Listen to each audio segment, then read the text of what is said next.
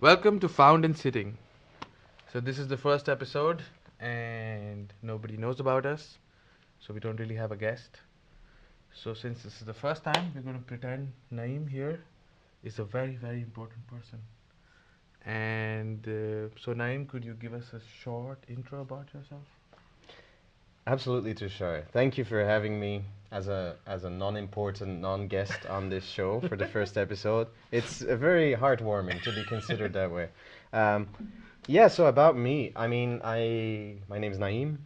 I'm originally from Belgium, but I live in Denmark now. I'm an electrical engineer by education, but I also play music, and I have a bit of a serious hearing loss. And I think the combination of all these factors has meant that I'm quite interested in sound, in the technology behind hearing devices, but also in the way the world sounds naturally in music and how that can all work together, how technology can provide solutions for people with hearing loss. So what I'm doing here at WS Audiology is I work with both the research and development departments as well as the Widex and also the other brands, marketing and brand departments, to figure out how we can tell the story of this amazing technology that we have and how it can shape and change people's lives. Oops, so I guess you are a very important person.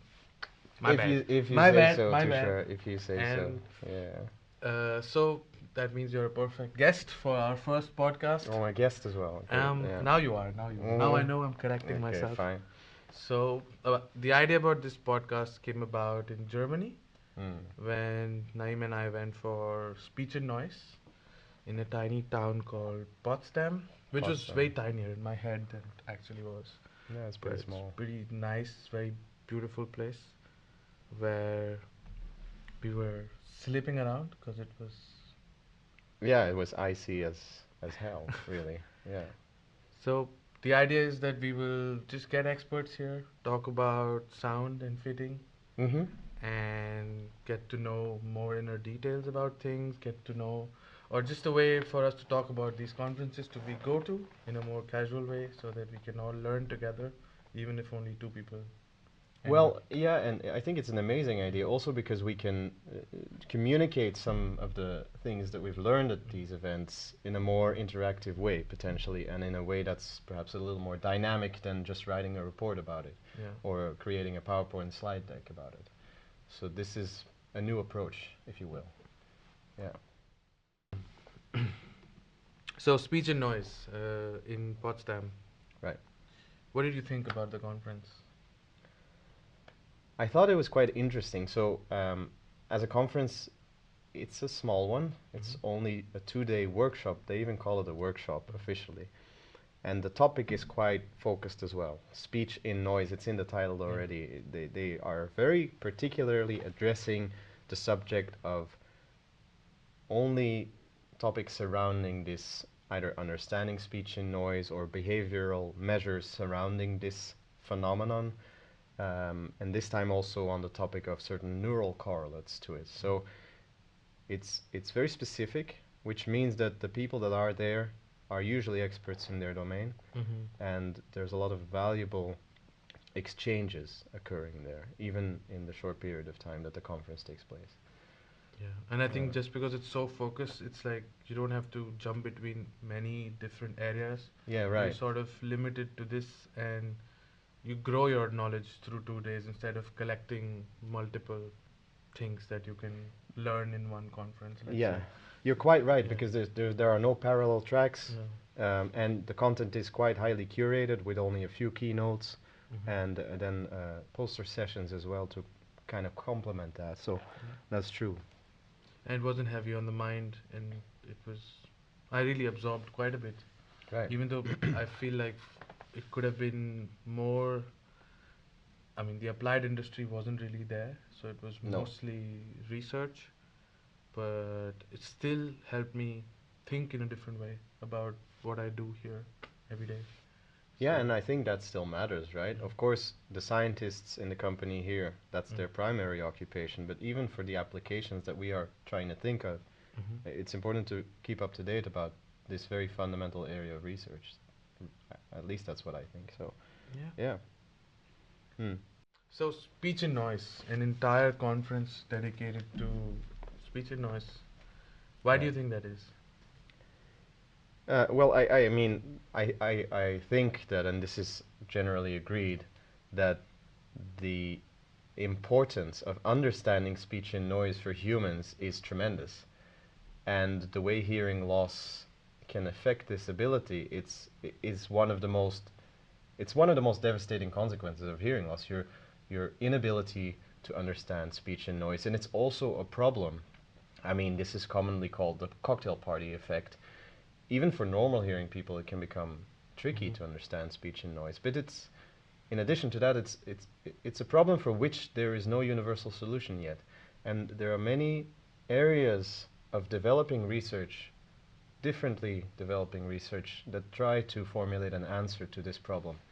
So there are a lot of open questions, and at the same time, it's an extremely important concept to try to figure out so we can help people with hearing loss. Yeah, definitely. Mm. I do think it's worth having a conference just about this, especially because a lot of people just don't know the value of what they have when they can talk in noise. Right.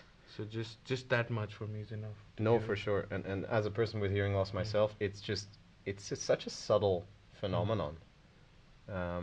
Much more subtle even than I would say vision loss is, Yeah. because we rely so much on the directionality and the ability to separate different speech sources in noisy environments to communicate, and Mhm. to communicate effectively and in a way that's socially accepted. Yeah. So, And we take it for granted. So yeah, we absolutely do. so now that we have kind of set the mood for what speech and noise is, Right. let's start with what talk you found to be the most interesting or captivating. Yeah, absolutely. I mean, there were quite a few, and I think generally speaking, this is always the case. The keynotes usually cover more research and have more overarching stories, perhaps, than specific research presentations or poster presentations. But uh, for my part, I thought the keynote presentation by Naomi Hart Mm-hmm. was particularly interesting because, first of all, she covered essentially decades of research that she and her team have been conducting specifically on automatic speech recognition and automatic speech recognition in noise. So that's where the speech in noise aspect of it comes in. Yeah, that one was really interesting. I remember. Right. And she didn't use jargon at all, which was also surprising. No, it was very accessible. And I think one of the most important elements I took away from that, maybe it's a bit more high level, but their approach was really to try and use different inputs, visual inputs like lip movements, Mm-hmm. or inputs like attention-based inputs, and fuse those with the help of neural networks, for example, to try and improve the recognition of speech with these other modalities.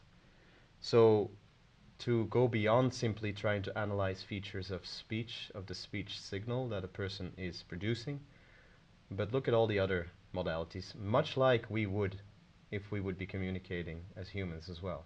We don't only listen to each other, we also Mm. look at each other, and we pay attention to each other's movements, let's Yeah. say. And we don't really think about it when you're so zoned into just the audio bit as people who are interested in audio. But definitely it plays a role in, and it should be the combined experience that we look at more often than we do. More often for sure, and at the same time, I think it also brings up an interesting discussion, potentially, because there might still be a lot to learn from analyzing only the audio source. Uh, we might still benefit from analyzing that way further and conducting way more research. This is just another way to to get there and to use this multimodality. Mm-hmm. I personally think it's a very worthwhile pursuit, if it can improve our ability to recognize speech that way. What about you, Tushar? For me, although there was a lot of interesting bits and pieces here and there, I think the one that I remember distinctly was one by Hannah Stewart from Mm. Lancaster Right. University. She talked about auditory processing disorder in children, which was surprising to me Mm-hmm. more than anything. That it sort of sounds like a different name. We keep talking about synaptopathy, but in this, she talked about children with normal audiograms who have very bad speech understanding. Really? Oh yeah, Yeah, I remember yeah. that now. But yeah. She But had these really interesting EEG models that she showed, and you could see that when you present them music and you present them sounds from the world, the right centers in the brain light up, but when you present speech, they just don't with the normal audiogram. right. And then you compare that to some other children who can understand speech well, and the correlation between the music and the sound is exactly the same. The exact same places in the brain light up, but the speech center also lights up when speech is presented to them. And this was quite interesting. I think it's like an unsolved mystery of why this happens. Right. And I But think, perhaps also a way to diagnose or to find out yeah, whether a child has issues with that, yes, and potentially. probably not call them dumb in school. Right. So I think it's important that we get to the root of this. And there was a fun fact, I think, that you would assume that as you get older, and you're in your that you would get better with Right. time. Yeah. But what she saw was that teenagers were just worse. Now I don't know if that comes with being teenagers. Well, I mean, but then they got better again as they became adults, right? I think I I seem to think remember that. I think so, but I'm Yeah. not entirely sure about that. No. But I think the teenager subject came up at least 2 or 3 times. There's Yeah. something specific about that age. They talked about how uh, there is something about when you're a teenager and your hormones all over the place, and that affects the way you interact with the world. Right. It was in Yeah. multiple talks, so I this think was she discussed. also brought that up, like the Mhm. morphological or certain changes that your body's undergoing as a teenager as well. I mean, there are quite a few. Yeah, been there. Yeah, man, me too. God, that's been a while, but still. Yeah. Right.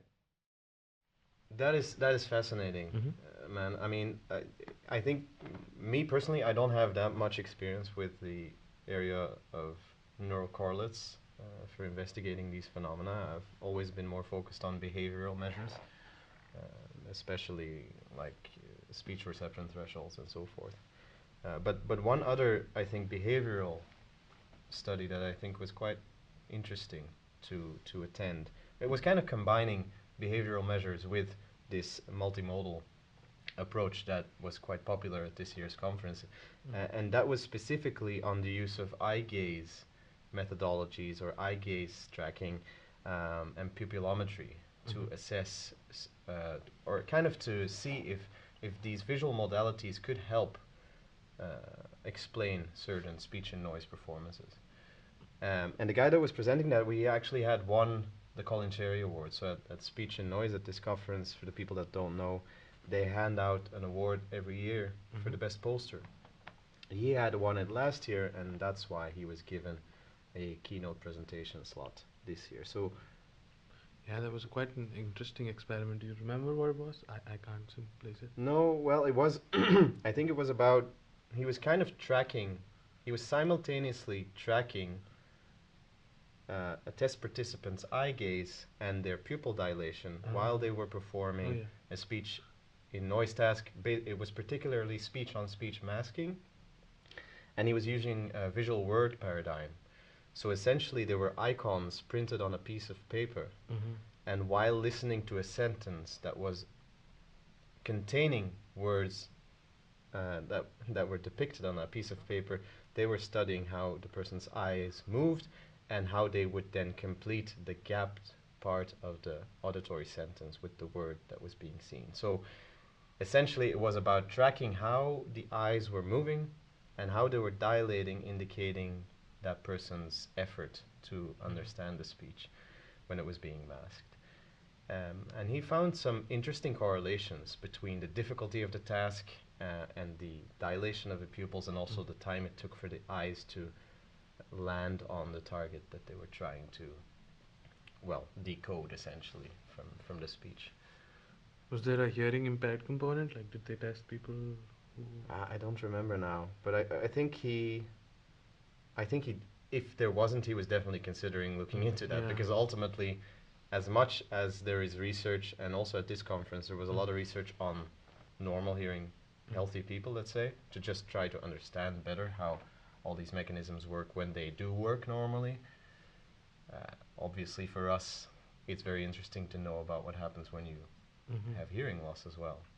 There was some focus on that, but maybe that's my one gripe that I had, that that there might have been some more attention on investigating what happens to your speech and noise perception when you have hearing loss.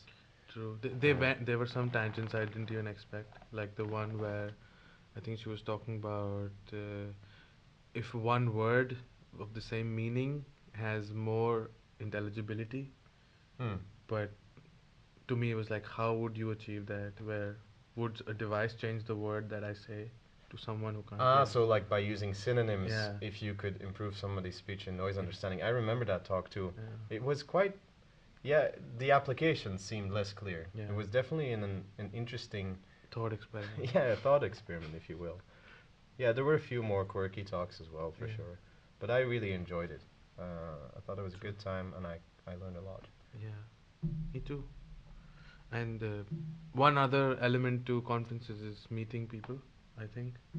And I don't remember his name. I think he was a very important gentleman from also the UK who randomly cornered me while I was eating.